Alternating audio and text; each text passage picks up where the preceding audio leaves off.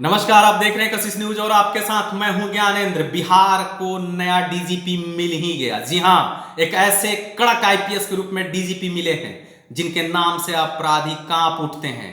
मैं बात कर रहा हूं आरएस भट्टी की। जी हां, आरएस भट्टी की। बिहार आते ही एक्शन मोड में आ गए हैं। आते ही रात को ही उन्होंने एसके सिंघल से डीजीपी की चार्ज ले ली।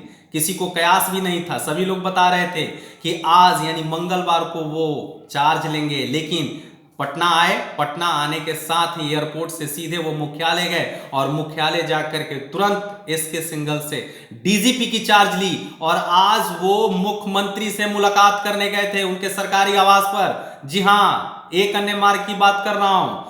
आपको जो नए डीजीपी हैं आरएस भट्टी, उनके साथ बिहार पुलिस के जो तमाम बड़े पुलिस अधिकारी थे वो लोग भी गए थे आपको मुख्यमंत्री से मुलाकात करने के लिए। लेकिन वहां पर क्या बातें हुई, क्या कुछ हुआ, जानने की उत्सुकता तो सभी को है। लेकिन मैं आपको बता रहा हूं कि सूत्र बता रहे हैं जो आपको कि वहां पर मुख्यमंत्री ने आपको आरएस भट्टी का पुरजोर स्वागत किया और पूरी छूट दे दी है। उन्होंने कहा है कि आपको काम करने की आजादी है, मुझे सिर्फ रिजल्ट चाहिए। जी हां, मुझे रिजल्ट चाहिए, क्राइम का ग्राफ कम होना चाहिए। और ये जो तमाम तरह के आरोप सरकार पर मढ़े जा रहे हैं अपराध और अपराधियों को लेकर के, उसको आप कम कीजिए।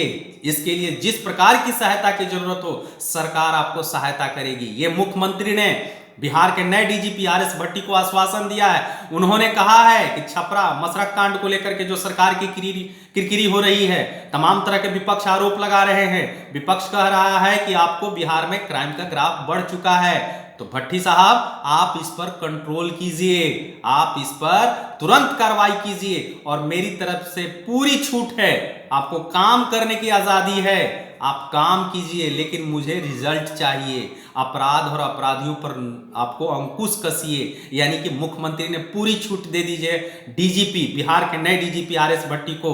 आरएस भट्टी ने भी हामी भरी है और उन्होंने कहा है कि मैं बहुत जल्द रिजल्ट दूंगा। स्वाभाविक है, इनकी यूएसपी है यही, वो बोलते कम है करते ज्यादा है। यही इनकी पहचान रही है। बिहार के हर जिलों से वाकिफ हैं ये, पग पग को जानते हैं, हर एक अपराधियों की नस को पकड़ते हैं ये और पकड़कर उसका इलाज करते हैं। चाहे वो आपको समझ सकते हैं कि पहली पोस्टिंग नवगछिया की हो, या फिर आपको मुजफ्फरपुर की हो, या फिर बाढ़ में पोस्टिंग एएसपी के तौर पर हो, या फिर सिटी एसपी के तौर पर पटना में उनका कार्य हो, या फिर आपको 2005 नवंबर का चुनाव याद होगा। आपको 2005 नवंबर का चुनाव आपको स्पेशल तरीके से केजे राव ने इन्हें बिहार बुलाया था और सिवान में आपको भय मुक्त चुनाव कराया गया था।